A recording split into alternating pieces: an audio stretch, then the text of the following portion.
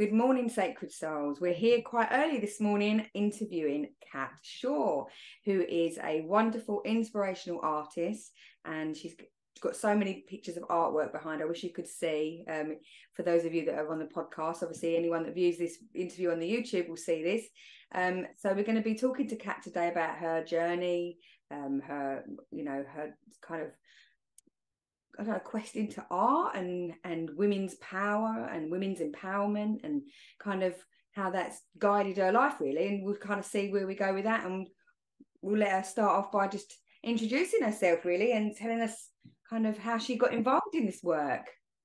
Hello, Kat. Hello, lovely. Hello, lovely ones. Mwah.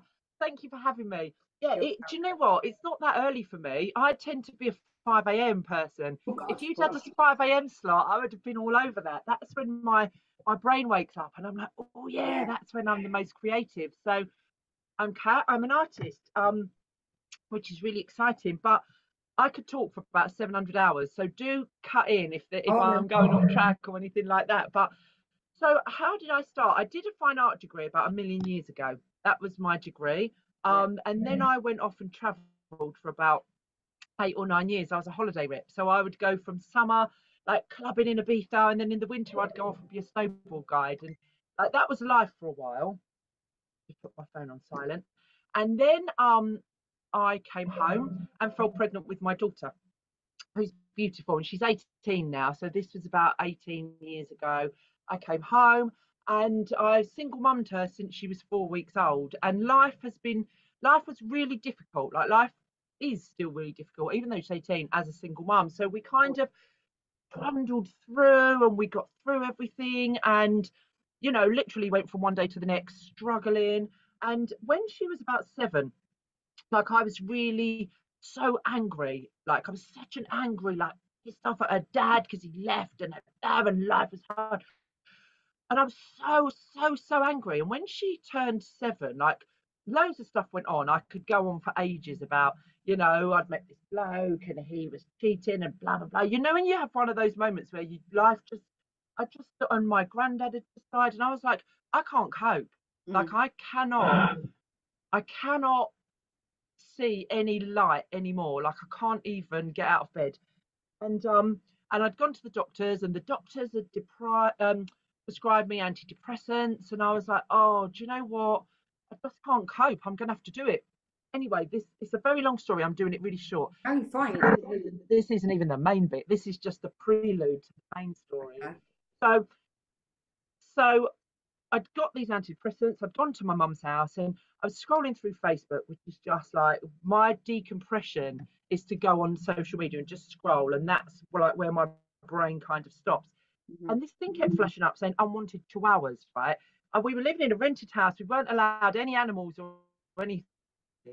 And this thing kept flashing up, and I was like, I'm going to get a chihuahua. I'm going to get a chihuahua. We'd never had a dog. I wasn't, I didn't have any plans. But literally within an hour, I'd driven to this horrific breeding farm and just picked up this dog called Dolly, my little tattoo there. And she came home to live with us. We had to hide her from the landlady. She cracked everywhere because she wasn't house trained, and she got really ill. And loads of stuff happened where I ended up having to spend so much money on this dog because she was so ill. She ended up in the hospital, but I just loved her. I just loved her to bits. And I randomly heard about Reiki.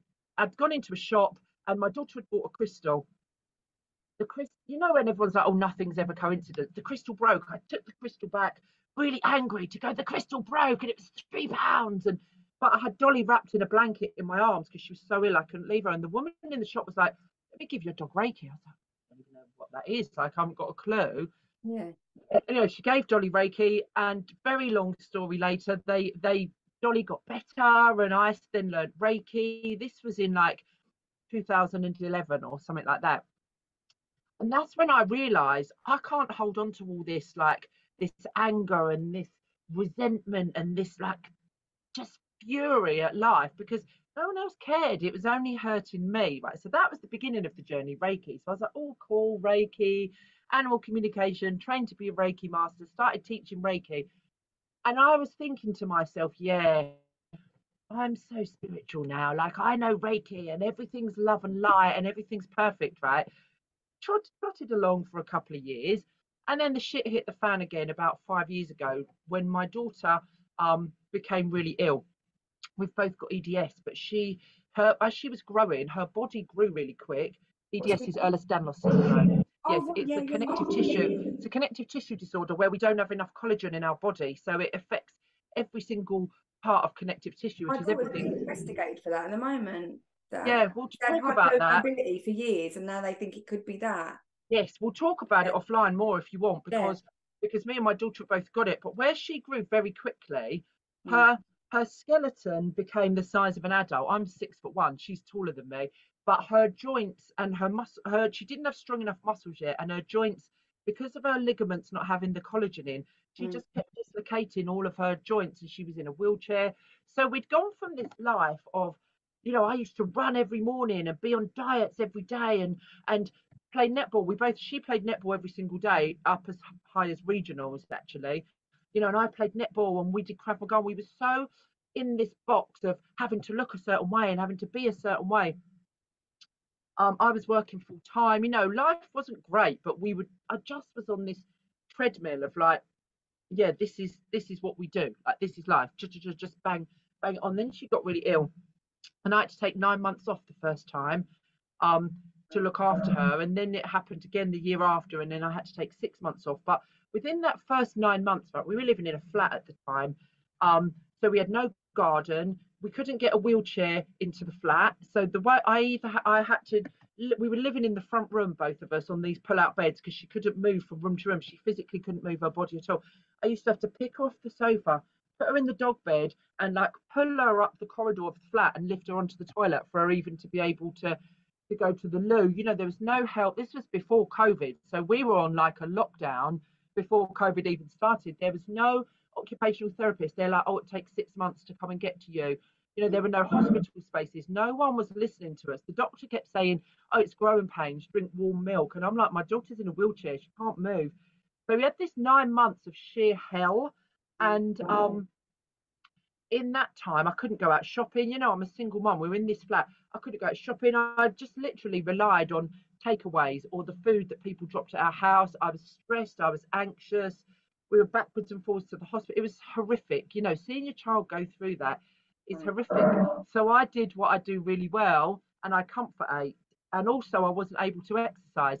So within that 9, it's quite, I always find it quite, we'll talk more about this later, like the mother wound and this, that, and the other, and the ancient times and past lives. But I find it quite interesting that this pivotal point in our life came, obviously, again, between me and my daughter, but it was a 9-month period, which obviously was my gestation. When I carried her for 9 months.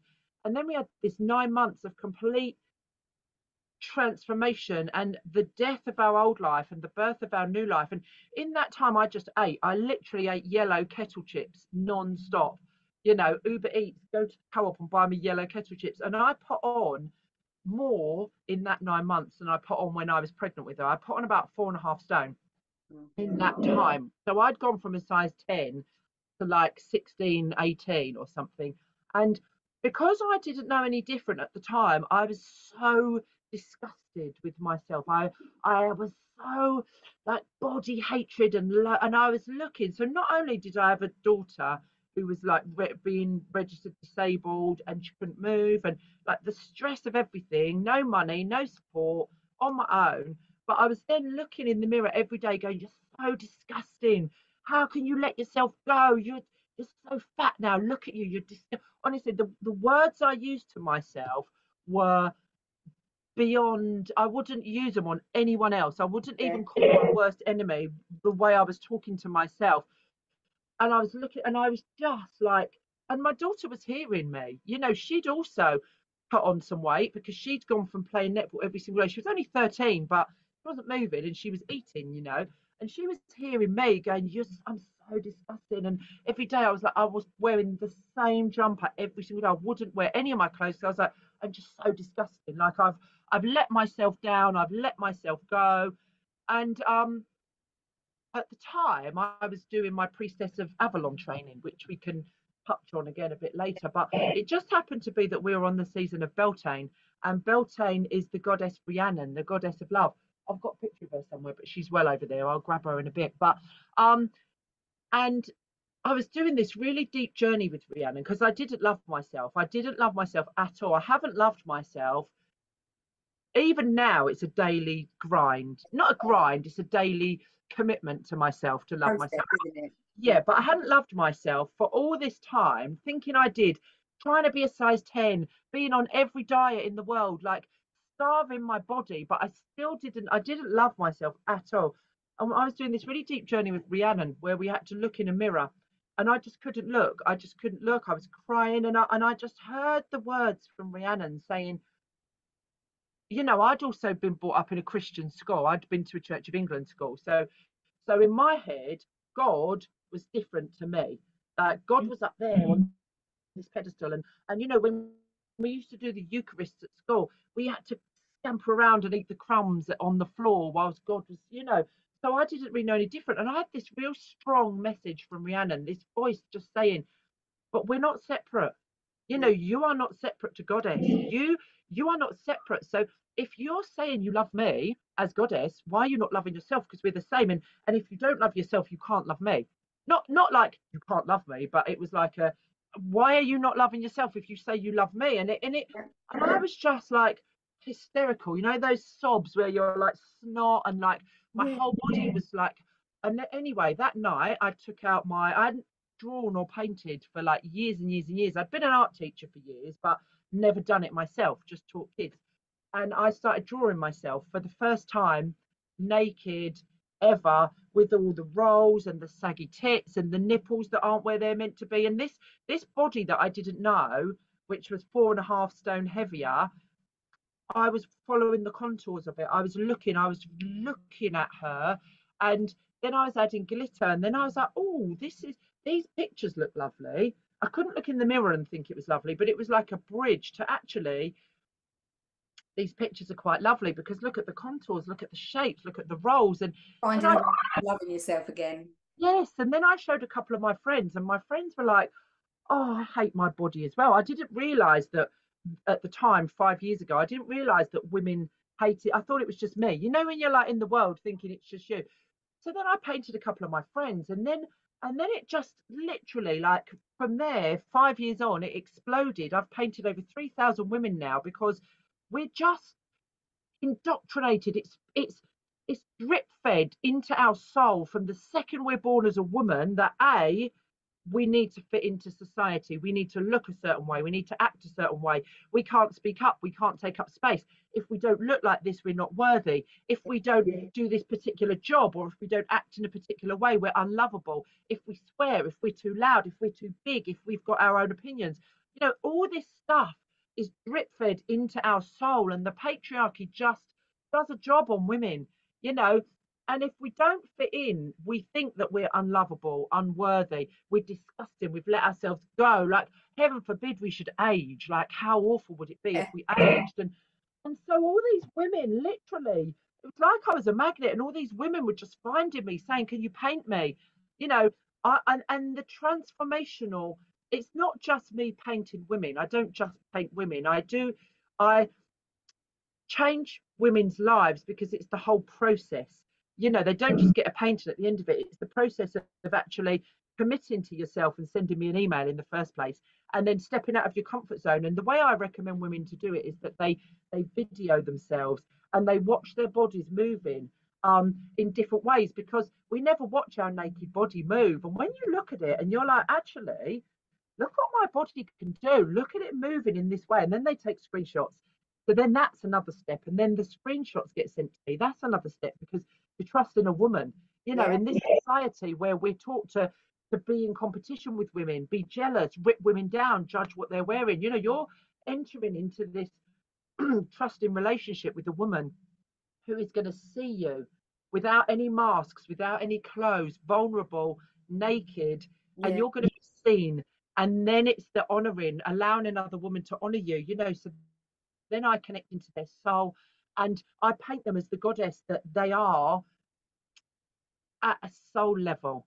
So it's not, you're channeling their soul. You're channeling into their soul to paint their image in the physical world, but you're actually imprinting over it the spiritual goddess that you Yes. feel their essence of their soul is that kind of how it works? Exactly. Yeah. Exactly. And when they see themselves, and then I video myself doing it, so they see the whole process of Yeah. the manifestation of their soul as a goddess. And then they obviously get the painting, and the paintings are all, I paint in sacred ceremony. So I don't just come in the morning and pick up a paintbrush. You know, I set my space. I Yeah. call it goddess. I open up the wheel of Avalon.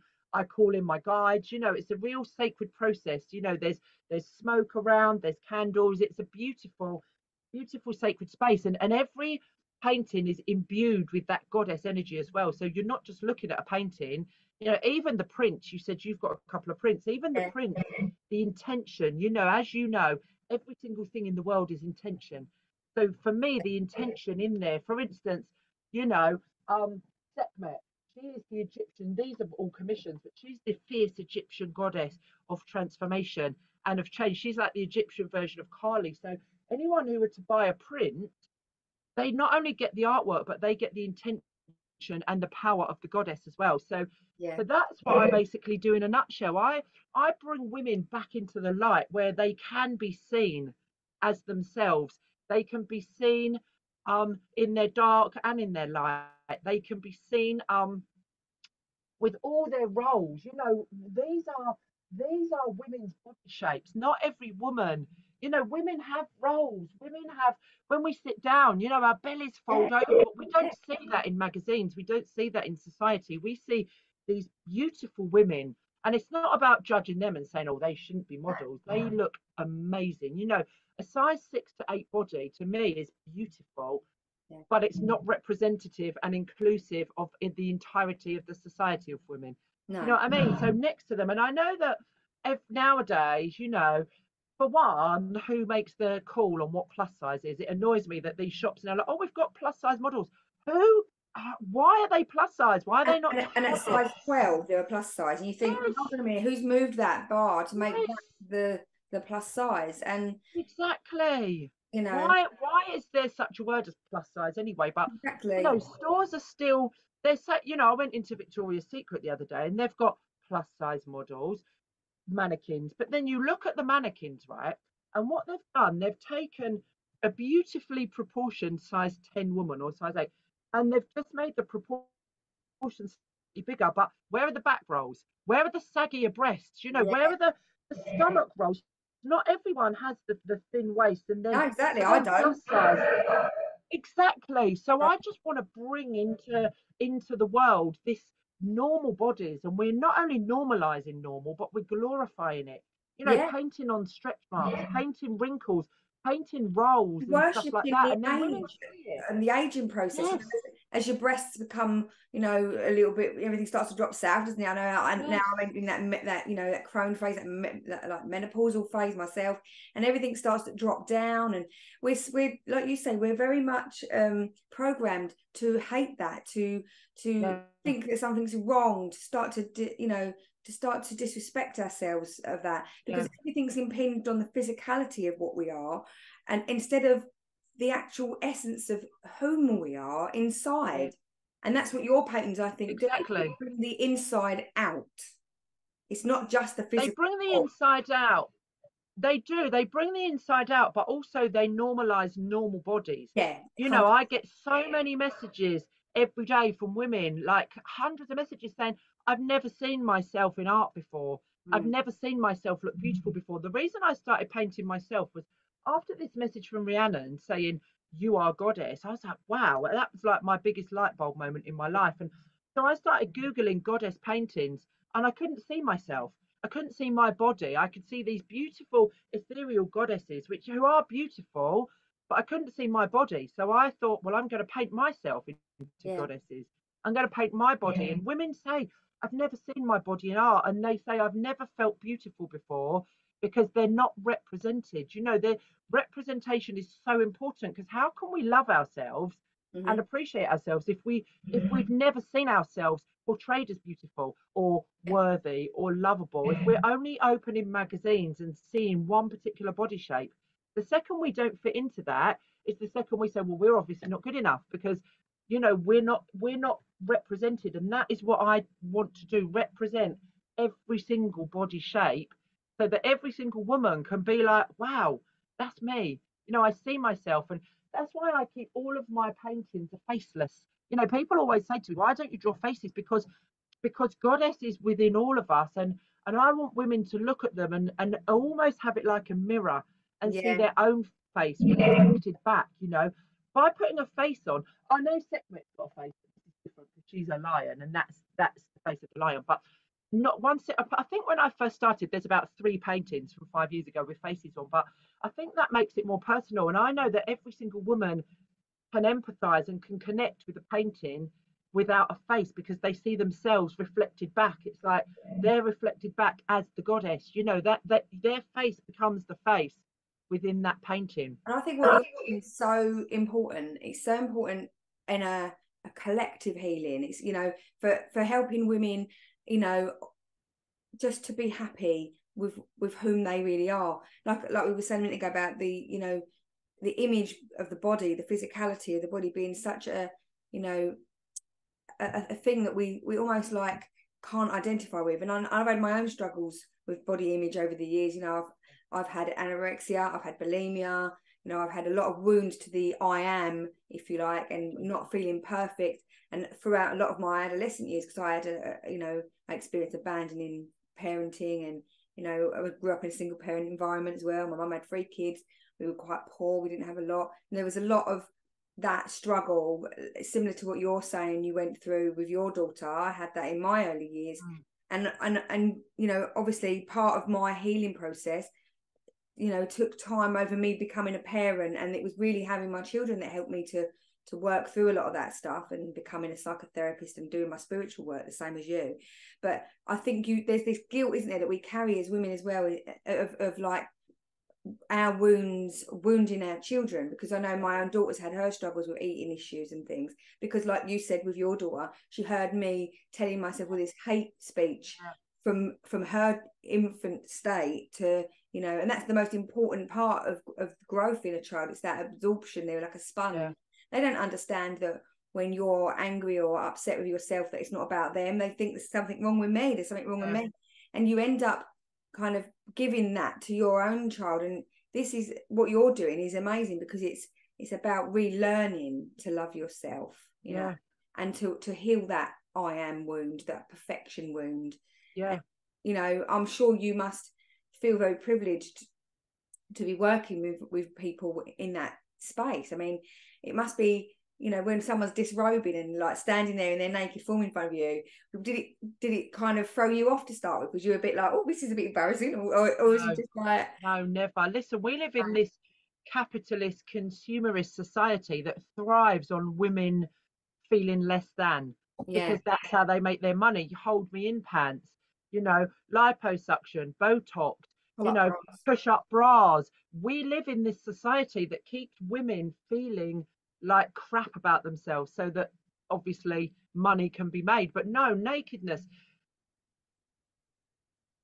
I don't know. I've never grown up as a naked person. I mean, I was a holiday rep when I was younger, and I used to get my tits out on bars all the time. But that was, you know, that was alcohol. that was the way it was. But now, we, I just did this beautiful weekend. The weekend just gone, Friday, Saturday, and Sunday, where I was shooting for Calendar Girls, my Calendar Girls 2024, and I had 20 women over the 3 days in sacred ceremony, and we spent the whole 3 days naked. I was painting their bodies; they were being photographed for the calendar. But it's about sacred ceremony, and all these women stepped over the threshold. They put their trust in me to hold the space. My main obsession is keeping a space safe and holding these women in a beautiful, safe and loving way and an honoring way. And they all were like, no, we're not going to fully take our clothes off, we'll just keep our bright, you know, you can paint, you can do this, you can do that. We sit in circle, and it's not just come in, take your clothes off, get your body painted. You know, it took us 2 hours. First of all, we did a really in-depth share. Then I led them into this glorious sacred space of honouring and of being seen by other women. You know, we sat for about 10 minutes just eye gazing with each other with our clothes on, but just seeing other women. You know, as women, we put these masks on. We've, like you said, we've got to be the mum, we've got to be the earner, we've got to be this, we've got to be that. We can't be this, we can't be seen. you know, and these women, they literally, I see them in front of my eyes, like they strip their masks off and they sit with tears rolling down their face, just being seen by other women. Mm. And then the invitation was to step into the circle and to take their clothes off in a beautiful, sacred way whilst being empowered. It's about empowerment.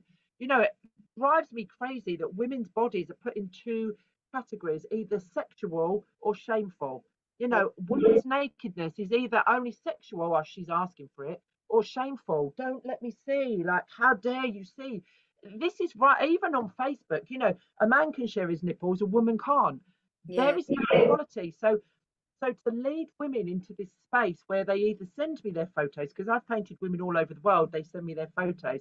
But when I'm doing in-person ceremonies, the women come to me and within 2 hours, they're fully naked, they're empowered, they're comfortable, they're confident, they're hugging each other, they're seeing each other, they're loving each other. And that space is like the biggest transformational Yeah. space that can ever be. But like you said, it's not just the women who come on that day that are changed, because, you know, as we all know, we're all part of a web. Yeah. And one part of the web breaks, it affects this part, you know, whereas if one part of the web is empowered, it sends these ripples out. So these women, these 20 women, then went off and feel more empowered. So then they empower other women. You know, they're healing the mother wound line, not only for the children to come, but the ancestors that have gone before us. You know, this is all collective healing. I'm working with specific women, but it spreads out. You know, a woman will share my post and another woman will see it, and then she'll about her body, you know. So no, nakedness to me it isn't nakedness. It's me being able to see a woman and honor that woman in her absolute essence, everything about her, no Yeah. masks, nothing. You know, the vulnerability of being seen. And that's what I see nakedness to be. It's not, you know, I look at it would be like a doctor saying, oh, you know, I don't get embarrassed by looking at a vulva because I see them every day. You know, to me, I see naked bodies every day. I love them. I honor them. It's not, oh, there's a woman naked. It's like, look at this goddess, look at this essence, look at this body that your soul has chosen for your journey in this lifetime, Yeah. and look what it's done for you. Yeah, it's carried you, it holds you every single day, you know, and yet we're enemies, you know, and it's about bringing women into the alignment of being allies with their bodies Yeah. rather than the body being the enemy, because it doesn't look how society thinks it should look. And not just that, I mean, looking at it from a metaphysical perspective, if we're constantly hating on our body, and when we look into the kind of metaphysics of how, you know, all of our body and our soul and our mind are all connected, if we're constantly telling hate stories to our Yeah, physicality, we're really contributing to dis-ease, disharmony in the body, ailments, illnesses, problems. And I know myself, you know, and I don't know if you can relate to this as well, Kat, but having had a lot of issues with my own identity as a you know, a teenager, and then obviously as an older woman now, you know, I've had lots of gynecological issues, and I'm not afraid to say that on camera. You know, I've recently just had an operation because I suffer with endometriosis. I've suffered with lots of, I have an autoimmune disease that affects me as well, and affects my stomach and my genital area and all that kind of thing. I've had lots of problems with that part of my physicality, and I think it's definitely linked to the communication you have with your body, you know. yeah, And I think when we look at, there's a book,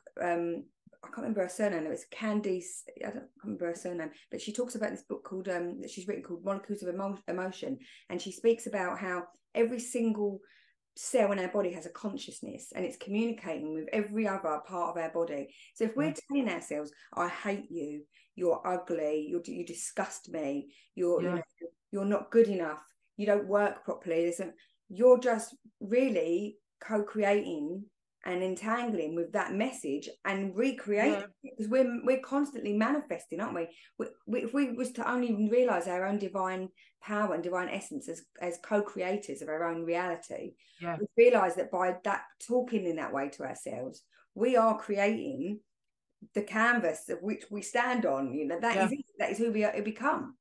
So Yeah, absolutely. You know, and our womb space, whether we've got like a yeah, physical womb or not, in our womb space, we hold loads of trauma. That's where we hold our yeah, trauma, you know. So it's no surprise that women have lots of issues. And and it enrages me. You know, I'm a teacher as well. I've worked in secondary. I'm currently in primary, but the sex education that gets rolled out in primary schools, which I'm always screaming about because it annoys me. Girls are taught they have a vagina. You know, we don't have just a vagina. We have a vulva, which which incorporates a clitoris, a G spot. You know, it incorporates labia, inner and outer. Sex is taught as just creation, Yeah. and women are taught they have a vagina. You know, we don't. It's like Yeah. teaching us that we don't have a hand, we just have a little finger.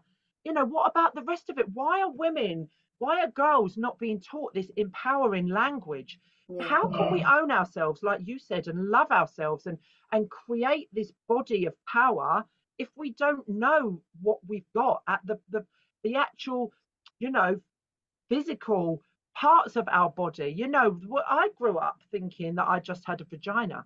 And Mm. every time I spoke about myself, you know, I spoke about my vagina, my vagina. Oh, I'm going to go and have my vagina waxed. No, I'm not. Yeah. Because, you know, that is not my vagina. A vagina is my tiny part of, you know, my whole vulva, my whole power. Why are we not And taught it's that? isn't it? You know, it's sorry if there's a bit of back lag on the computer. Just in case you hear it on the microphone as we're recording. But yeah, like you say, the vagina is not just the vagina, is it? It's the whole essence of what that creative space, you know, is about. You know, it's not just our erogenous zone, it's also our creative template. It's where we give life. It's where we blend with other souls. It's where we have our arousal, our love, our passion, all of that is going on in that space, isn't it? It's not just a vagina. Yeah, it's not just a vagina, but the fact that girls are taught that we have a vagina, not a vulva.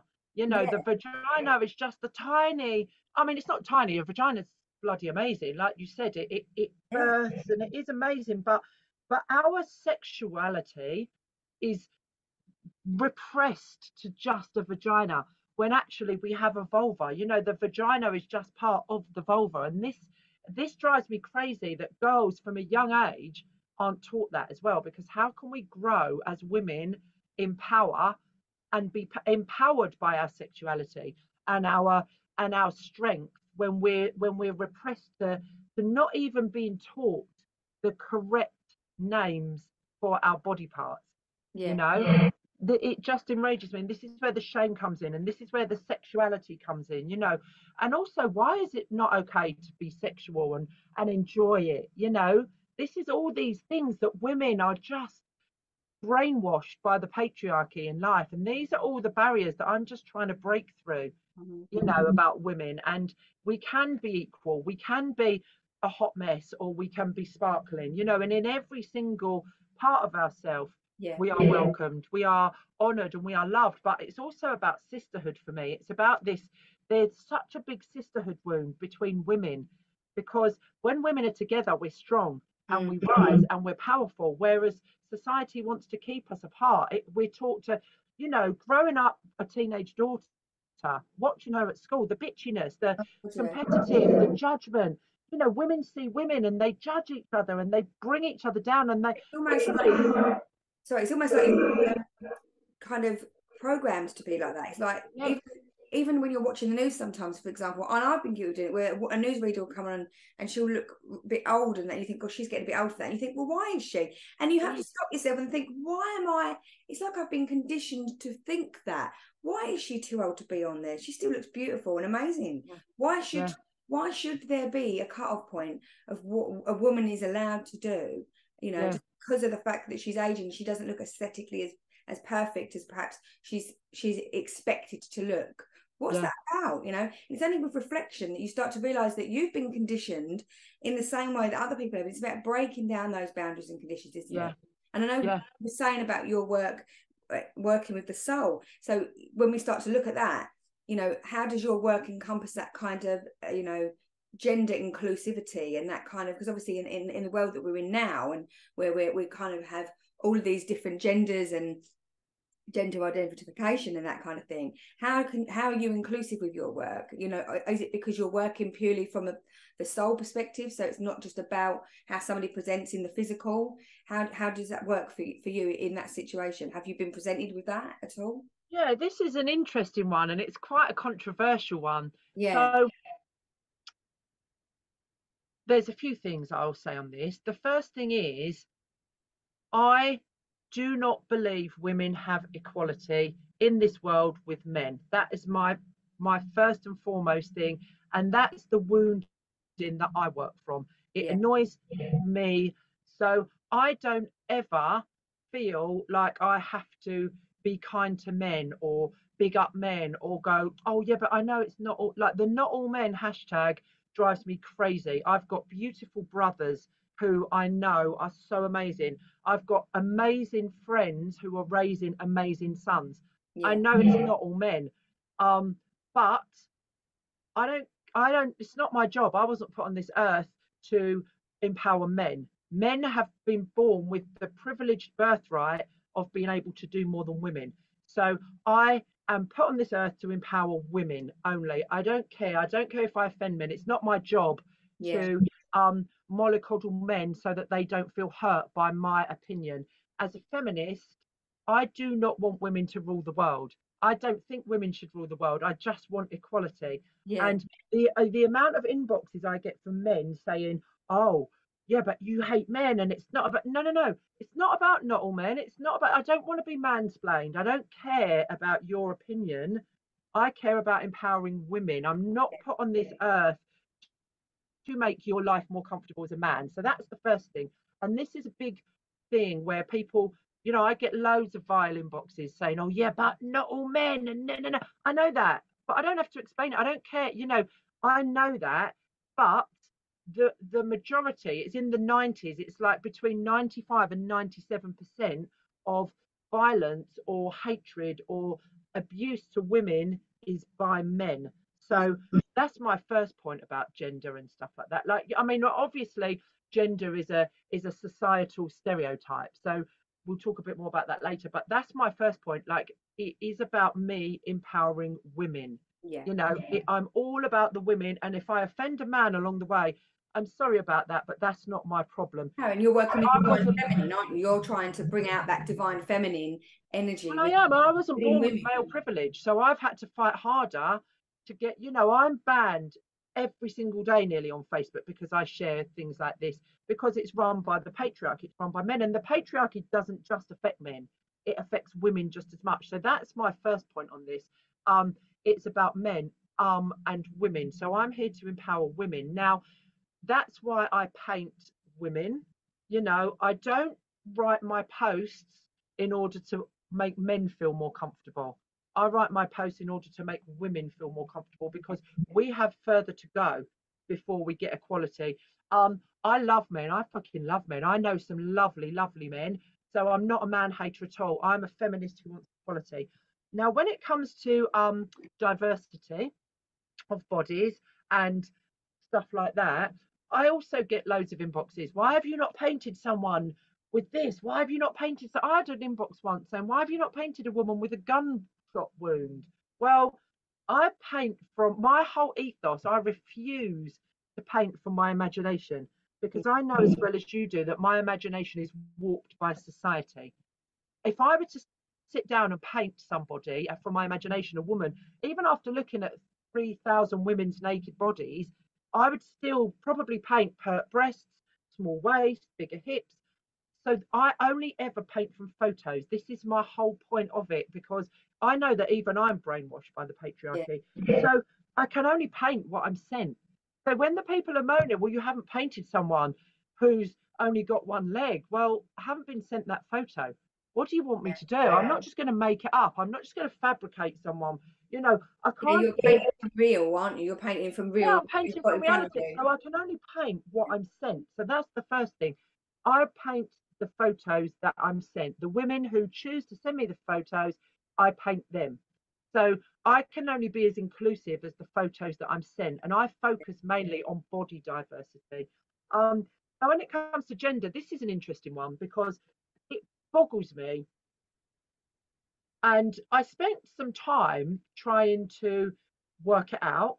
And I spoke to my 18-year-old daughter about it, and she's of a different generation to me. So she's just like, it is what it is. Why are you trying to even? Because I'm like, yeah, but this and that. And she just said, but you're feeding into this by trying to still put people in boxes, trying to understand gender. Like gender is so now, it's so unbelievably fluid.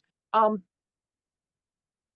by me trying to put it into a box was almost buying into the having to label people. And my daughter and this kind of generation, she just put it all into perspective too, because she was like, yeah, but why are you even trying?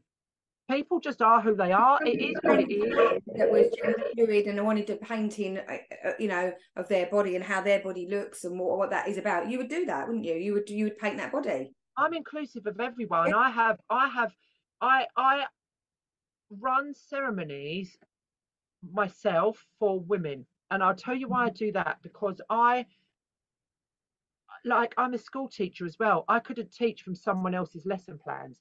I don't feel I can hold a space and teach authentically unless I have lived experience. I have lived experience of being a woman working with goddess. So my workshops are open for women and people who identify as women, and for anybody. I'm working from what I know, and I'm working from a soul. But if a soul turns up to my workshop space who identifies as a woman, or who is fluid in any way and can identify as a woman, I don't question it. I'm very, and this is because my daughter has really put it into perspective by just saying, yeah, but you don't need to label. Oh, because I could sit there for ages going, oh, would that shall kind of bring them into a woman's space? It's not up to me to judge anyone and their gender and how they represent or how they identify. I don't care. Like, we were talking before we came online about spirituality, and about my main ethos is just don't be a dick. Like, I don't care if you come into my space and you have integrity, and and you identify as a woman, and you grow from what I offer. I don't care what's in your pants. I don't care what I honestly see divine feminine in everyone, because there's also divine masculine in everyone. Exactly. And that goes beyond it's the soul, isn't it? At birth. It goes the soul and the energy of which we've incarnated with. We need a divine masculine and feminine energy for creation.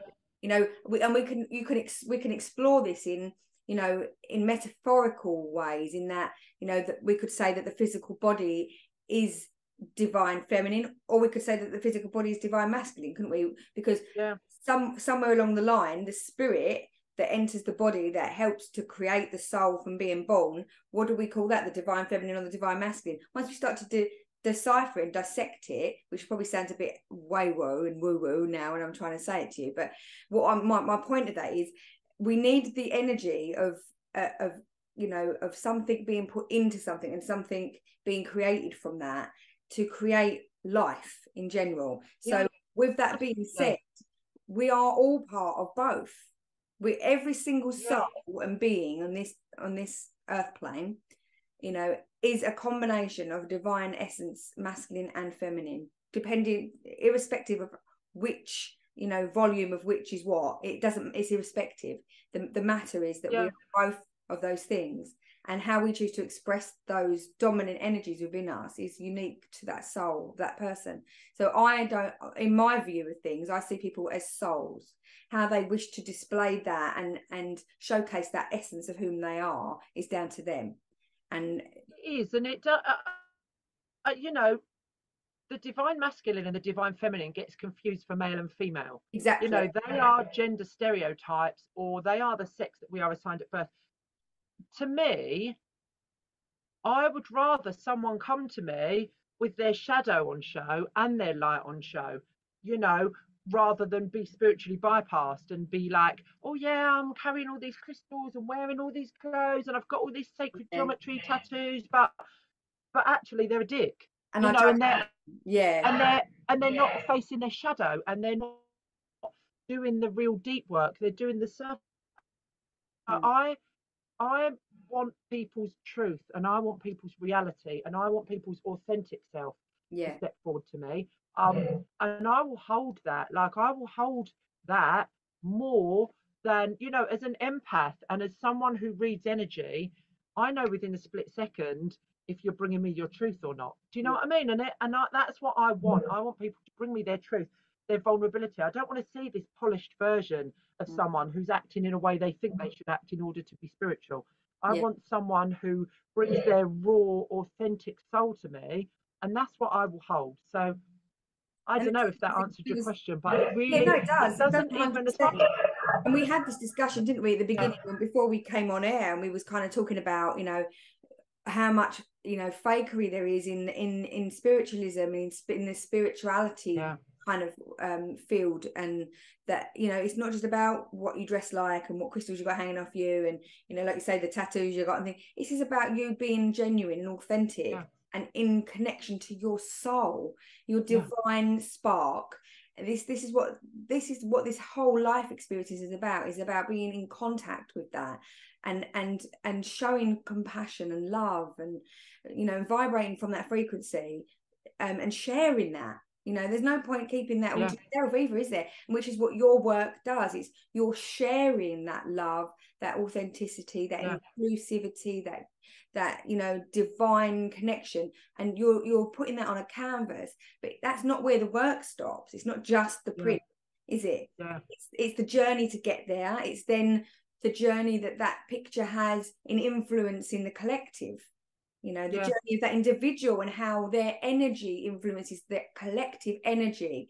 You know, that in itself is, as well, is a fascinating subject. When we look at, by healing yourself, you're healing the collective. yeah. You're healing the collective, but not only the collective in this lifetime.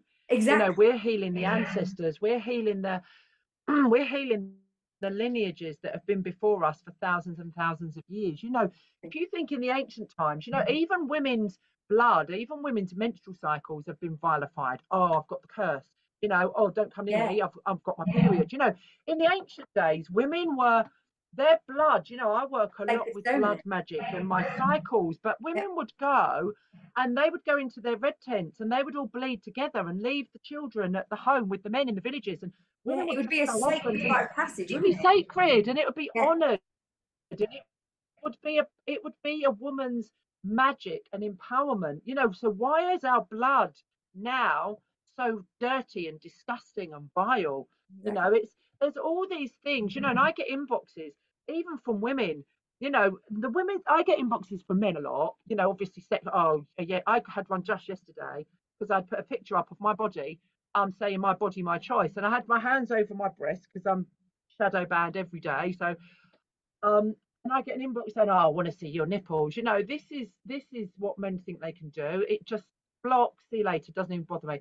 But Yeah. it's the messages from the women that get me, and they actually really hurt because, in from a point of sisterhood, I'm like, how are you attacking me? I had a message a couple of weeks ago saying you're too much, you're too loud, you're too this, you're too that, and it was from a woman. Um, and I looked on her page because I'm a bit of a stalker anyway. I love social media. I love scrolling, and she was claiming to be this beautiful soul, offering this, offering that, offering spiritual stuff, offering psychic stuff, and I'm like, I didn't need to call her out because I don't give a shit. Her shadow is her shadow. It's not my business. But you know, and you're like, actually, you're putting yourself out into the world as this beautiful soul, yet you're inboxing another woman telling her she's too much and trying to bring me down a peg or two. She actually said those words, you should bring yourself down a peg or two or something. Yeah.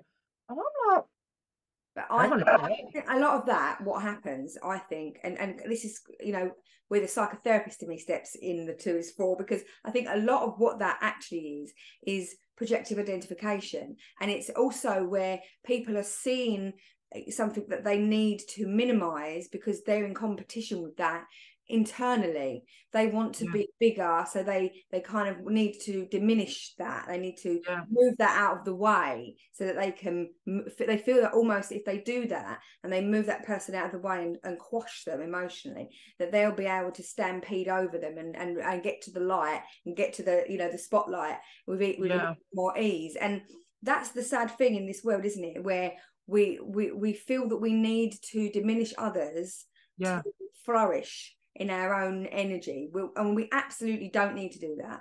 And actually, it's the complete opposite of that. Really, women should be sticking together and should be helping to empower each other, giving each other a step up. Here you go, let me help you. How can I help you?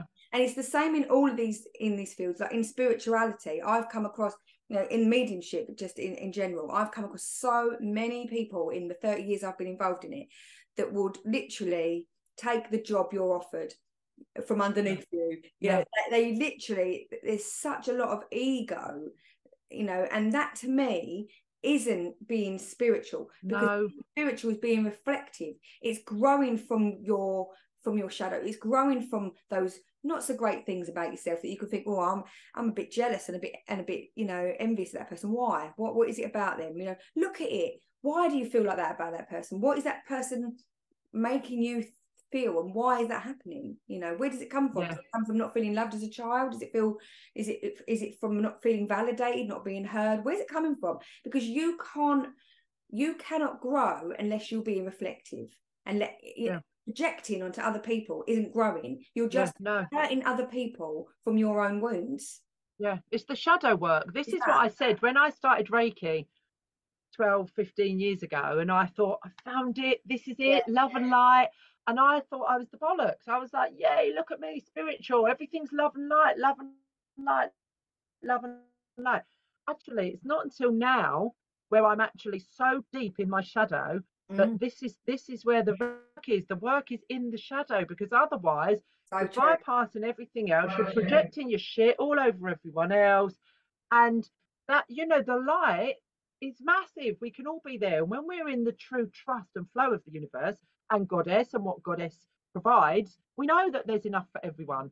It's society again, and it's the patriarchy that makes us be in competition. Because it wants to rip people down, especially women. Because when women rise, we are seriously powerful, and then the paradigm is going to shift about different things and different environments you're put into. Like even me and Beth doing this podcast, we've been learning things from our relationship and the dynamic, and she'll point things out to me. Like the other day she said to me, Mum, sometimes you speak really intellectual and it's not you. And I'm thinking about it, and I said, okay, Beth, I appreciate that, thanks for telling me. I'm going to look at that and see what that's about, why I'm doing that, and you're learning from each other. And if that will be, we include that in our podcast as well, because this whole podcast scenario, the same as your work is for you, it's a process in you growing as a human being, and we are obviously spiritual beings, but we're also human beings, so it's just about your growth process. And if you're not being authentic to that process, if you're not looking at it and re-examining it every now and again and thinking, oh, maybe I am, is that coming from a place of me wanting to sound posh because I'm intellectualizing and I want people to think that I'm important and intelligent? Where's that coming from? Because I don't feel good enough, so you've got to constantly keep reassessing it and looking at it, like you're saying, because otherwise you're wounding others from your own shit that you haven't worked through, quite simply.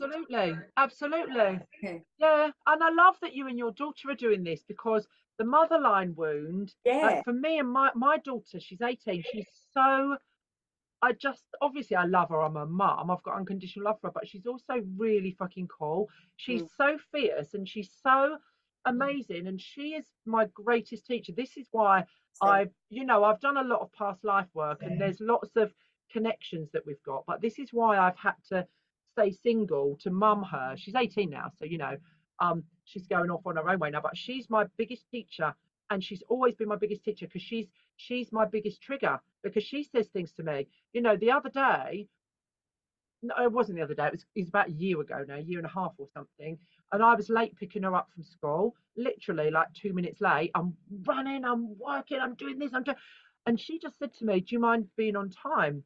And I exploded in the car. I was like, who the fuck, I'm trying so hard, I'm da da da. And she just looked at me and she just said, if I don't tell you, how will you know that I've got a problem? And I was then going, and we sat there for ages. I was crying, and she's just like, what is wrong with you? And it all came down to me not feeling good enough. I Yeah. really didn't feel good enough because I couldn't cope, because I was trying to work hard and I felt like I was failing at work. I felt like I was failing because I didn't pick her up on time. I couldn't do this, I couldn't do that. And the whole not feeling good enough led to me exploding, going, I'm trying. Yeah. She was only saying to me, I don't really like waiting around. Do you mind? And she's a massive, she shows me my shadow, and she rips the shadow to bits, because I've spent my life, I've got ADHD, and I've spent my Right. life with rejection sensitive Mm. dysphoria, and also masking. I've masked my whole life. I had a late diagnosis, and all my behaviors come from trying to mask the fact that I don't fit into the world with my ADHD. So the being too much, the being too big, the losing things, all this stuff that's unacceptable. And she rips it to shreds, and she says, well, why do you feel like that? Why is me asking you not to be late sending you off on, in the olden days I would have not spoken to her for 2 days and cried in my bedroom and kept it all in, and just, Yeah. whereas she is my most amazing and my biggest teacher, my daughter, because she brings it out into the light. She brings this shadow out and says, come on then, why are you doing that? But our And also she relationships makes with people about stuff. yeah, exactly. Our relationships with Yeah, people are about our healing, and everybody's a mirror. Like you say, your artwork, you don't like to have it have it with a face, because it works better being reflective as a mirror in that way. And the same way with our relationships. I think the feminine and the mother wound, is the most, creative place of which to do self, exploration and work. When I've done work with like the 13th right of the womb, and I've done lots of like monarchy stuff and things in the past as well myself, and working as a psychotherapist.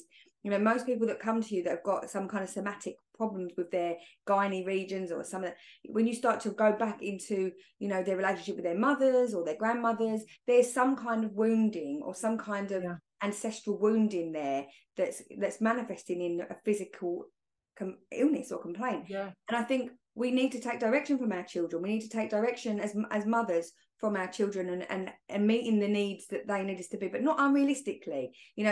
They need to see that we're normal, that we're human beings, we make mistakes, that we can't be perfect, because perfection is an illusion. Yeah, And I think that's what your artwork shows us. They're beautiful paintings, but they're imperfect, aren't they? They are of the body that person presents, and you're putting the goddess form over the top of that. You're not trying to make them perfect, symmetrical, aesthetically perfect. Yeah, because perfect. I mean, who fucking? I'm sorry, I saw again. Okay. Who defines sorry, I'm You're fine. I think I've been really good though You this did podcast. really I've only well. let a few First words swear out. word. I'm really conscious to not swear. Don't worry. My main goddess that I work with is Kali, and she is so fierce. She's a Hindu goddess, and she I blame it on her. I say, oh, Kali's bringing the swearing out in me, but yeah, it's all about who defines perfect anyway. This is society. Society is defined perfect, and it's about us breaking through that glass ceiling now, smashing it out, and saying, why is this not? This one in particular, the first one I've grabbed. Yeah.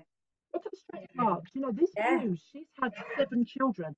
Like, that body, if you saw those stretch marks, as women, we'd be like, oh, God, why is she, she's wearing a bikini with those stretch marks. This is not seen as being glorious. Why is perfection so defined by our looks and look in a particular way? Because this is where all women's mental health begins, with not feeling worthy, not feeling lovable, not feeling good enough, because we are indoctrinated to believe that we have to be a certain way in order to be worthy. And as you said earlier, with the aging process, this is where we're coming into our power. This is where we are beginning we're only just beginning to set fire. Before the crone phase, I'm going to go through the queen phase before I go through the crone phase. This is where we are coming into our power. So why is it that women who are aged seem to be as over the hill? Oh, she's over the hill. Oh, she's past it. No, she should do that at her age. Whose age? Who says? Who says what I can and can't wear? It's my body. It's my choice. Exactly. And this underpins everything. It is our right. I started pole dancing about I saw that on your months ago. Facebook. And I was I'm like, yeah, that's so so cool. Yeah. fit, right, compared to everyone else. But I still go I go twice a week and I love it so much. And I'd put on all these posts, and I had to remove loads of posts from my Facebook group because I got about 3 million followers in a day because it was all these horrible pervy men. And I was like, no, I'm not about that. So anyway, but I did put one post up. And my ass looked so good. I had these hella heels on. They were 8 inches. Now, bear in mind, I'm 6'1" already. I was 6'9", and I was stood there, and my ass looked so good. And I put this post up and said, I'm choosing to put this post up for you to sexualize my body. I want you to look at my ass, and I want you to say, look how fucking good her ass looks in this photo because it's my choice.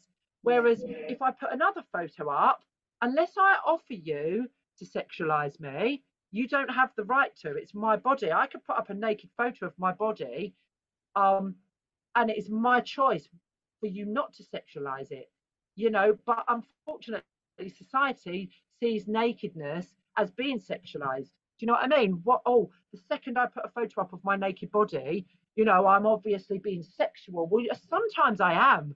Like I was strutting my stuff with these heels on the other night, feeling sexual as fuck. You know what I mean? Like, yeah.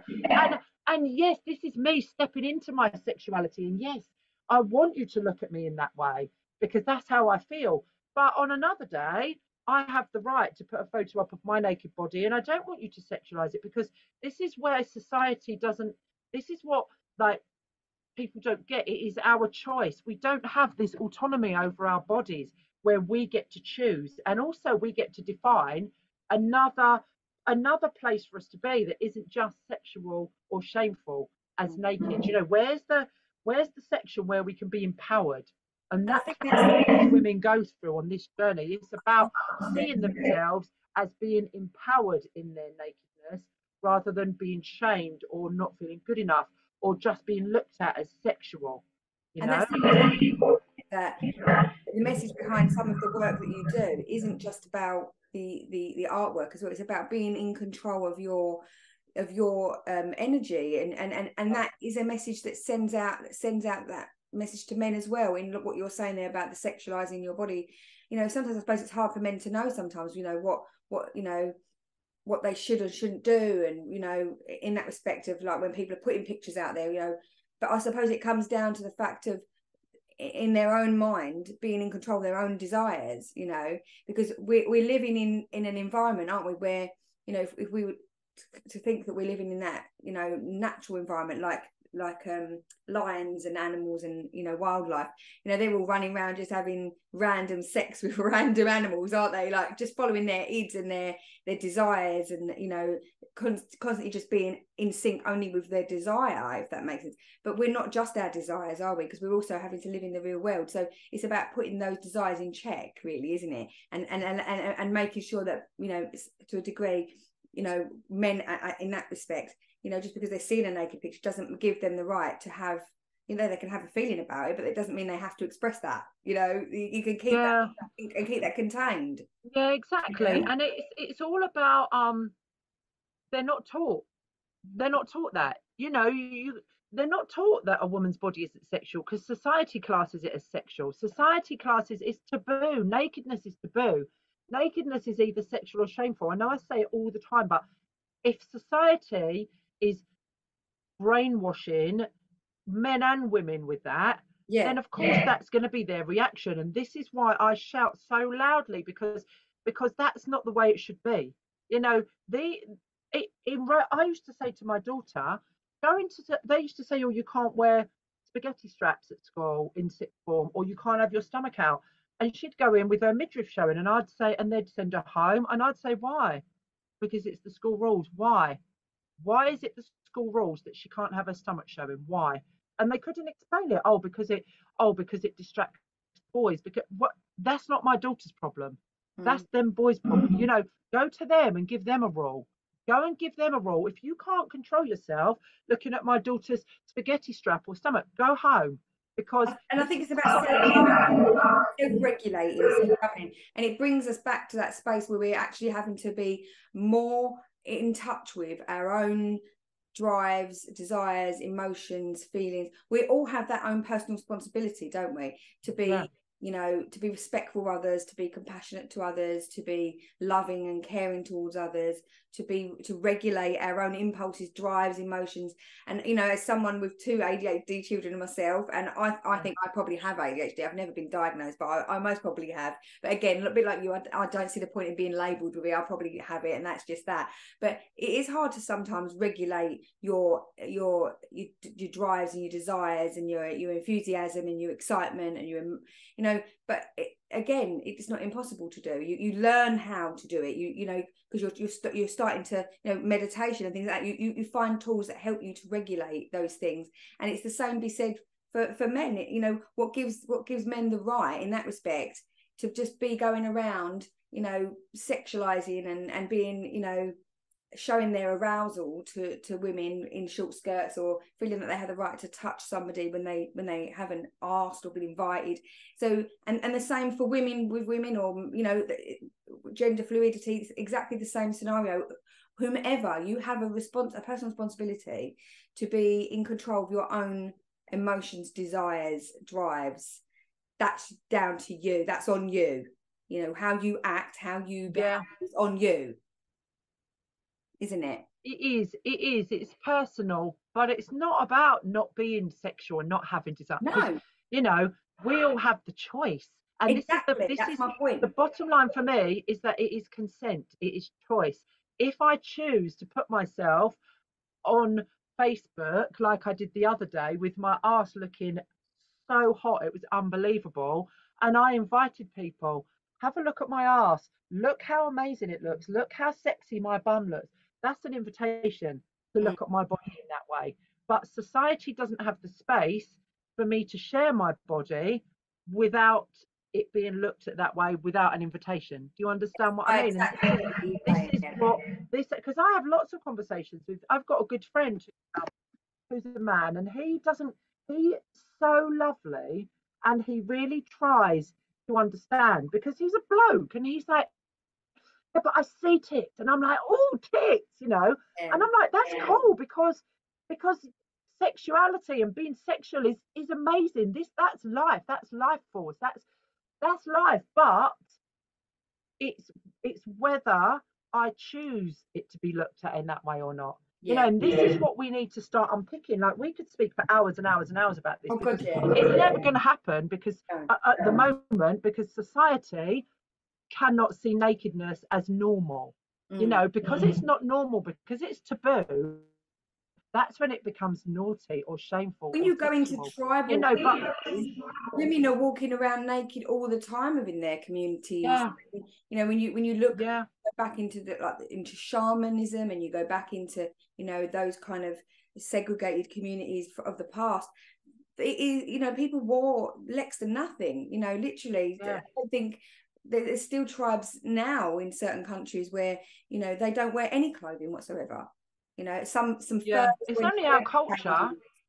Exactly that. So, you know, and I mean, that's, you know, is a topic for another podcast potentially, maybe, you know, talking about that in more depth. But I think your work is definitely making, you know, ripples in its, and it's going to make ripples sometimes for different reasons, but the most important reason is that it's allowing people to express the essence of their soul, and our podcast is all about that. It's about, you know, growing and learning and expressing the essence, your divine spark, whom you really are, you know. So do your artwork when you're painting, like you said, you start a ceremony and you kind of get into the zone. Would you say you're channeling, like, some way, like from spirit, when you're kind of adding on the artwork, the goddess energy onto 100%.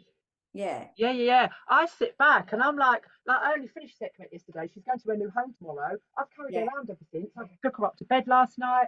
And I sat back and was like, oh my God.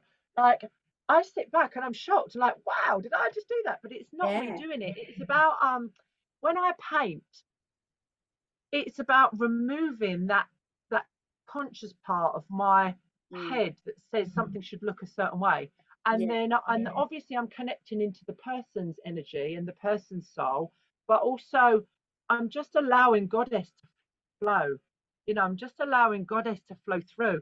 And that is the most beautiful thing ever, because I sit here and I'm like, I'm not very good at following rules at all. Like, I'm rubbish. If you give me a rule, I physically have to break it because I can't, you know. So I did have a period where I tried Wiccan, you know, practice and stuff like that, but there were lots of rules. And you know, so as a witch and as a follower of the goddess and as a priestess of Avalon, I don't have the rule. Like, I just do what I feel I need to do, and I try and empower others to do that as well. But that's The the priestess thing of with my Avalon, painting. your own. Sorry to interrupt. There's a bit of a backlag. The priestess of Avalon, is that your own creation, or is that something that you joined, like a sisterhood that you joined? Yeah, no, Priestess of Avalon. It's a 3-year training in Glastonbury. Yeah. And Glastonbury is, you know, there's lots of, again, I can talk about this for hours, but there's lots of myths and there's lots of ancient magic in Glastonbury. As a physical place now, Glastonbury is said to be the heart chakra of the world because of all the ley lines that run through it. There's some really powerful, potent energy. But with legend, it's also linked to the Arthurian legends of King Arthur and the Round Table and Morgan Le Fay and the magic and the ancient priestesses. Because before, my belief is that before we were all running around in this society we live in now, people lived a much simpler life, you know, and the priestesses and before Christianity and before these patriarchal religions that came and ripped down all the temples and made one man God, you know, goddess was revered. Goddess came before everything, in my opinion. You know, there were temples everywhere. People worshipped goddess. People worshipped women as the matriarch, as the equality to the horned god, you know, the goddess, the triple goddess, the divine feminine, the divine masculine. You know, the divine feminine got totally and utterly obliterated when all the temples got ripped down and all the churches got built and Christianity began, and, you know, these real male dominated religions. So the priestess of Avalon training. So Avalon is the magical name of Glastonbury, you know, the ancient name of Glastonbury. And the Priestess of Avalon training, which I did, 3 years training, woke me up to the energies of the ancient times, the goddess energy, the ancient lineages of the Avalonian tradition of women who have walked that same path, you know, in years, in decades, in millennia gone by, you know, the ancient times, the ancient ways, that connection to goddess, the connection to my priestess self. And for me, being a priestess is just dedication to goddess. And to me, dedication to goddess is dedication to the earth, the land that I live on. The land, you know, the earth is goddess. It's dedication to the phases of the moon, dedication to the seasons that we live in. You know, we're just coming out of Lammas. We're just about to go into Mabon. The autumn equinox is coming up. Yeah. The leaves are just about to shed to teach us to release things that no longer serve our highest good. Then we go into Samhain, we go into the darkness. You know, we look at the environment, what's going on, everything's going into hibernation. So we start to go into hibernation. We start to, you know, and then when we get round to Imbolc in February, you see the new buds starting to begin. So then we come out of hibernation, we've stopped regenerating. You know, animals follow these seasons, animals go off and hibernate. So why do humans think that we need to keep on being 100%, you know? And then in February, when Imbolc comes round and the new buds are coming out, then we start to open up again and start to manifest new ideas. And then, you know, the ancient ways of the farmer, that's when they would start to be, you know, sowing their crops. And then we follow it round the wheel of the year, get back to Lammas where we're reaping what we've sown. You know, it's the same with all the magic I do, all the spells, all the work I do. I even paint the goddesses at different times of the year, depending on the energy. Because some women send me their photos, and one woman, it took me 2 years to be able to paint her because it wasn't the right time, because it wasn't that. And when she finally manifested, it was she's the painting called Growth. She's green and she's got flowers, and it was the time of the summer solstice when everything was blooming and blossoming, and that was the energy that needed to come out.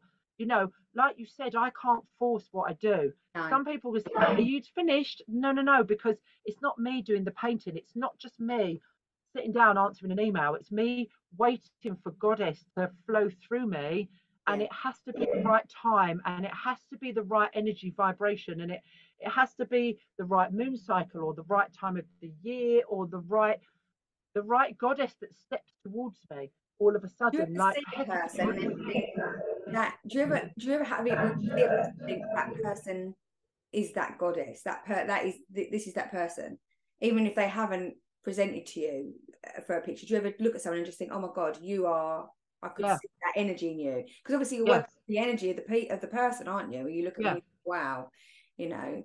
And obviously, you know, you're not going to just start there painting somebody that hasn't given you permission, because again, like you say, it's about consent, isn't it? It's about that person yeah, yeah, giving you permission. But you know, there must be times, because I know myself when I'm working, you know, with my gifts, you know, sometimes you come across certain people and you feel the essence of that divine spark within them, you yeah, know, and it's yeah. there, isn't it?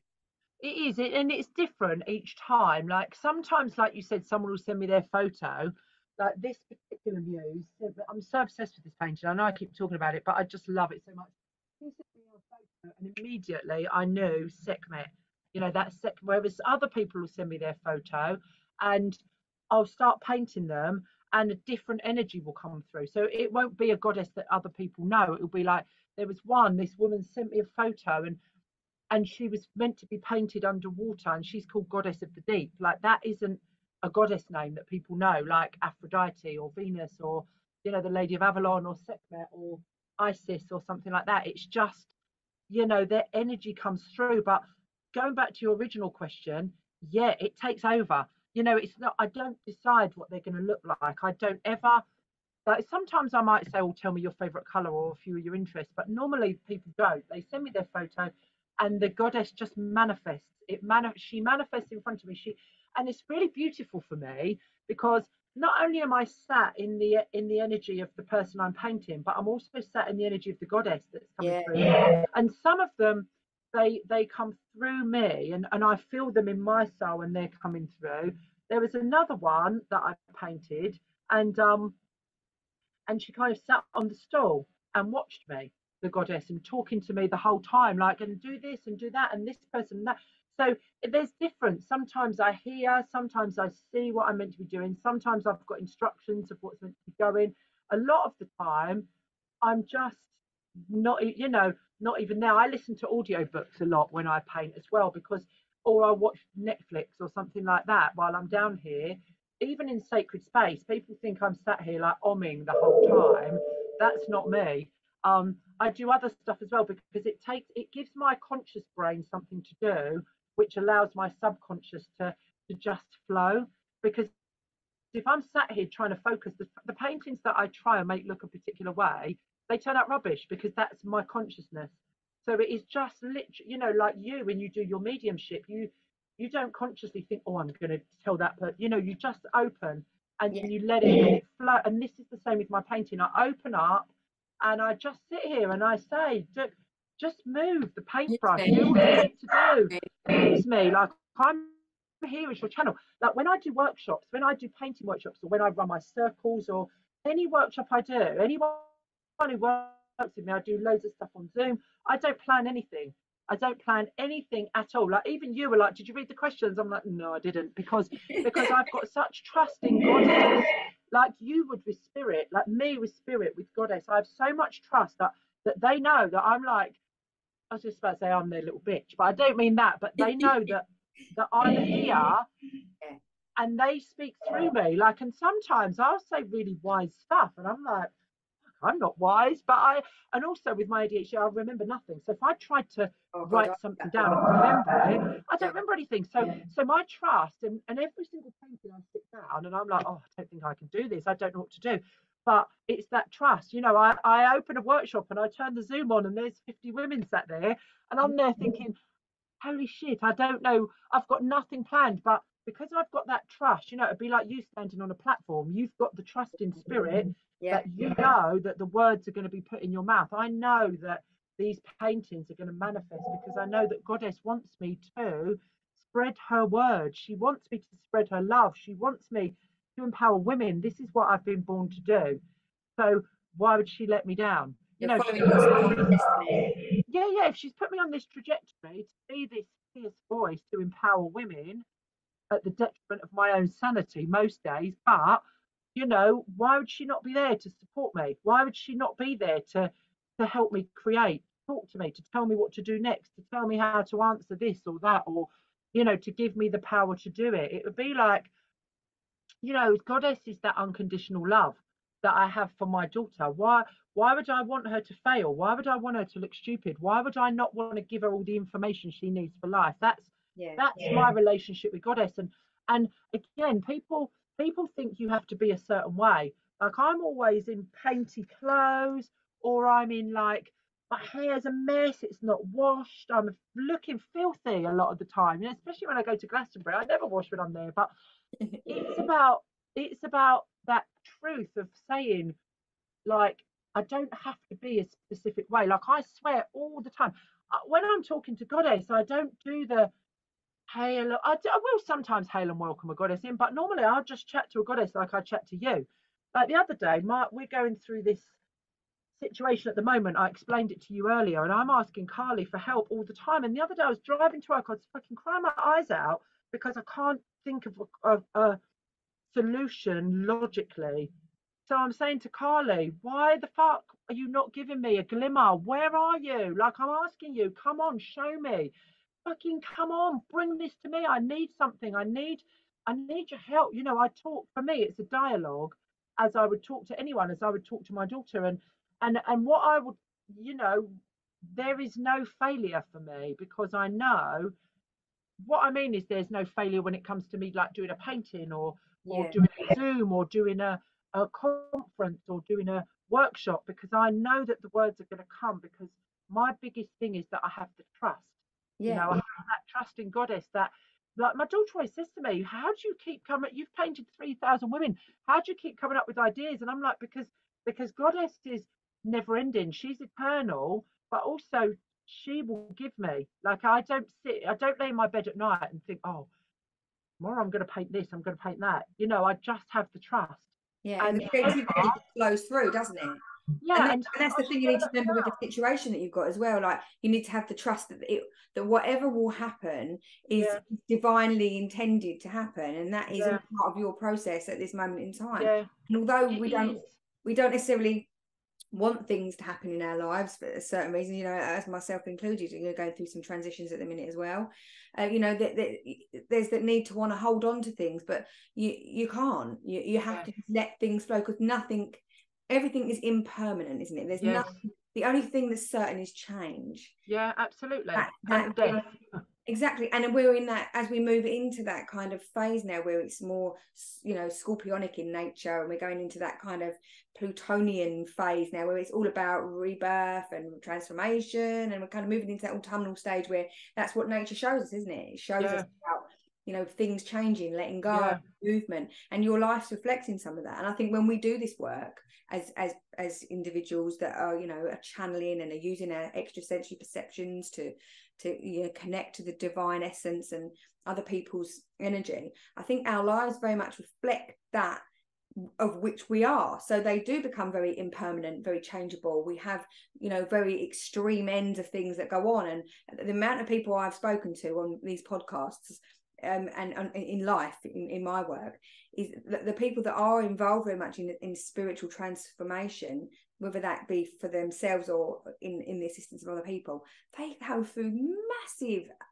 life changes and you know, adversity and trials and tribulations, because it's all part of the growth process. And it is part of the growth. As above, so below, as within, so without. It's, you know, the human part makes it scary, though. The human part goes, fuck, what am I going to do?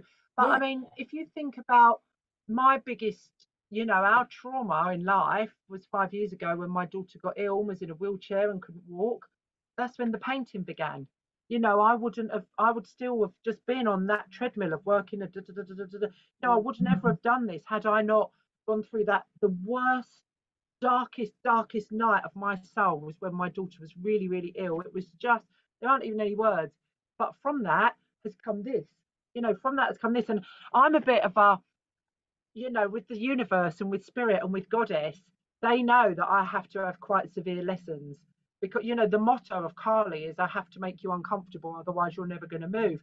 Think of pain of labor, you know, that actual pain and almost dying, if you like, to a degree. That's what childbirth feels like. It's horrendous, isn't it? And you know, going into that, and then you produce this life, this new creation. It's there, isn't it? It's the beauty and uniqueness and unconditional love that's you're presented with.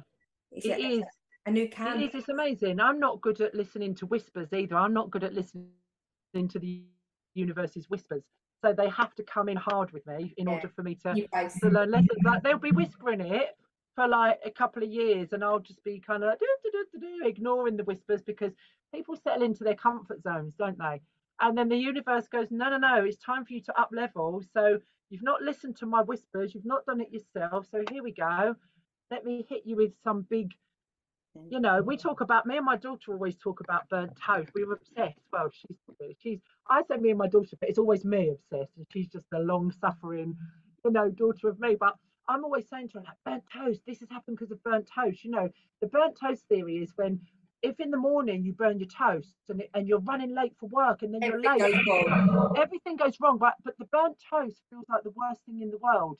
But when you look at life, maybe burning that toast stopped you being in an accident because you were running 5 minutes late, or it could put you in the trajectory of meeting someone that's going to change your life, or you know. And so whenever anything happens, or whenever we're late, or whenever we spill the milk, or like the situation we're going through at the moment, I'm just like, no, no, no, this is burnt toast, because it's put an obstacle in the way that at the time seems like, this is so bad, but actually in the future we will see that burnt toast moment has actually changed our life for the better. You know, like the Gwyneth Paltrow film, Sliding Doors. You know, we've all signed these contracts before we get here. This is all our growth, and some people are ready to face it, and some people aren't. You know, these women are trying their hardest. I'm trying my hardest every day.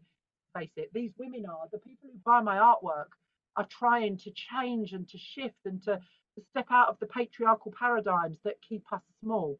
You know, this is all about these burnt toast moments.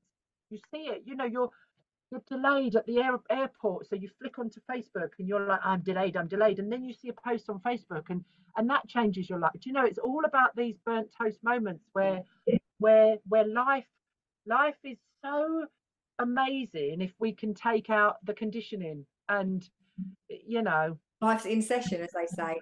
It is happening. Everything that's happening is life. That is what it's all about, isn't it? You know. My favourite band's Red Hot Chili Peppers. Me and my daughter went a couple of months ago to see them at Tottenham, and one of my favourite songs, the last line is, "This life is more than just a read through." Like, when are we going to realise, me included, like I have to remind myself of this all the time, because I get so bogged down in, I don't have a lot of money, how am I going to survive? This is, you know, I get bogged down, and I have to remind myself, like, when are we going to learn that we have such a small amount of time in this physical body? You know, I believe that our soul is eternal, but so much is amazing, you know, that we don't see, because so much represses us. You know, this life is not a read through. We're here once, you know. Live in ecstasy, experience the joy. And this is the important thing as well, that it's that I remember when I got my ADHD diagnosis, and I was struggling so much with life, and like, mentally I just could not cope, and they prescribed me this medication. I'm just looking around because actually I've forgotten to take it today, and it took me about a year of going, no, I don't want this medication for ADHD, because I know I get severe lows, like I get some awful dark shadow lows, but I also get ecstasy. I'm like this, I'm this person, like I'm creative, I can go out and I can see a flower bursting through a pavement and I'll be crying my eyes out, because I'm like, look, that's so beautiful, you know. And I didn't want the lows, but I also didn't want to get rid of the absolute highs. That's how I live anyway. I did start taking the medication, and I take such a small dose, but it's amazing because it just takes the edge off. But it's about, you know, this, there do come lows with highs, you know, and the highs are so amazing, and like you said, everything changes, so you're never going to stay there forever. So just without living appreciating and the lower making the bits, most of it, you don't appreciate those, yes, and having those experiences, you don't appreciate the other aspect of it. It's like, for example, I never appreciated my own space and time until my daughter moved back home with her children. You don't realize, you don't appreciate that alone time. Before, I'll just think, oh, I'm bored. Well, actually, it's nice to have that time. Sometimes you don't appreciate the things that you've got until you don't have them anymore, and that's what those are the lessons. That's what life's about, isn't it? It's showing you gratitude. It's showing you, sorrow, and realizing, what life is about, and loving people is about, and unconditional love is about. Gratitude's the biggest thing, and love is the biggest thing, and connection's the biggest thing. Like mine's the opposite. My daughter, I've obviously lived with her for 18 years, and being a single mum, it's been so stressful, and I've worked and I've not been present. And I think it was only when the first lockdown happened with COVID that we were together non-stop. She was 16 at the time, and I just suddenly realized this is my time. This is my time to be present with her, because she's 18, she's off, she's got this life that's going to be so amazing. And now I don't see her a lot anymore. We live together still, but I don't see her a lot. She works nights, she works in a bar, and I'm up at 5 a.m. She's coming in as I'm getting up. But the second she says, do you want to go out for lunch or something, everything gets dropped. Like every single thing, I could be holding the crown jewels and I would drop them for her, because I grab every piece of her that I can, because I know that the way life is meant to be is that she's going to go off and live her own life, and my most beloved isn't going to be a part of my everyday life, which is normal. So it's about gratitude and that connection, and that's again with my art, it brings women into connection with each other, and that connection is human nature. We need to be connected to other humans, and to be connected to women, to be connected in sisterhood. That most women who come to me, they're so scared to come to a woman's circle, because they've grown up with bitchy women, and they've been abused by women as well, because women do abuse women as well, like in a mental way, the bullying, the ganging up, so many women are so scarred from women, and sitting in sisterhood and having groups of women friends. Most women come and say, I don't really have any friends that are women, because we're not brought up that way. So this is another thing. This brings women together, to be able to say, I see you, sister, I see you, like I see you as you are, and to support women. And that's just what I want to create, this sisterhood again. I think that you definitely do. And I think on that note, we'll have to draw it to a close, because we've I know we could talk for hours. We could talk for hours. We definitely could. And it's been an absolute honor to have you on here, Kat, and sharing your life, your work, and allowing our listeners to be engrossed in that for this short time that we've been able to chat. And hopefully they will be able to come and find you in what you're doing. We'll put a lot of links on the that'd be lovely, so that people can find your work and find what you do, because even I want to as well now. I want to come and explore your sisterhood circles, get naked, and it is amazing. And some of them are outside. A couple of weeks ago I was in Glastonbury, and I had 30 women up on the top of the hill in the middle of the most torrential rain ever, all completely naked, with paint dripping down our bodies, and drumming and screaming at the moon and stuff like that. It's just going back to the ancient times of women honouring women, and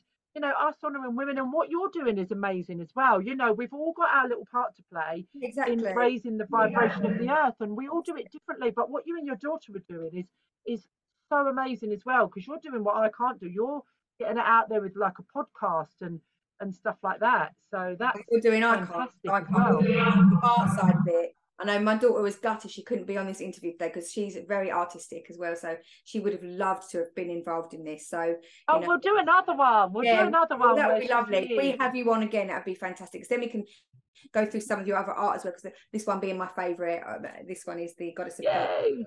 And I love this one, because that encompasses all of my kind of interest in astrology and the planets. And we'll perhaps. But she's interesting as well. Just before we go, I know I keep on talking. I will stop you in a minute, but it's interesting that you like that one as well, because a lot of our conversation today has been about shadow and the light and the dark, and she represents the fact that you are whole in the day, in the night, the light, the dark, the male, the female, the sun, the moon. You know, you don't have the light without the dark. And it's that people who hide the dark, Yeah. you know, so it's interesting that that's your choice, because we've spoken loads about, Yeah, and you know, your wording actually on your book says you are for this particular card, it says you are everything, you are the whole universe, you are eternity. Look up at the stars, remember who you are. The goddess of galactic balance is urging you to live fully as yourself. She holds the sun and the moon in her hands, bringing in the balance of the light and the dark, the day and the night, the male and the female. She wants you to remember that you are perfect, a perfect mixture of all, and are robbing the world of your magic by suppressing the very parts of yourself that make you unique. Be you in your entirety. I love that. And I think that's a lovely place to finish. do you know what? Keep you hungry for It's more. hilarious, because as you're reading that, I'm sitting there thinking, oh my God, did I write that? But it's the same with my art, my books I've written, and the oracle cards and stuff. It's all channeled. Like, I could not write that.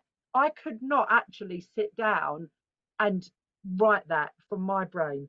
Like, as you're reading that, I was sitting there thinking, I did that. what I've written, but it's not me writing it. Like, it's channeled. I know. I was really proud as you were reading that. Okay, so you should be. That's You're all doing channeled fantastic as well. Yeah. work.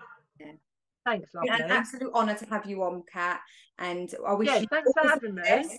I wish you all the success in what you're doing. Carry on doing what you're doing and sparkling away, and hopefully we'll get you on here again soon for a chat. Yay, and we'll meet in person. Yes, that would be lovely. That would be lovely. Yay. Take care. Thanks, lovely. Bye.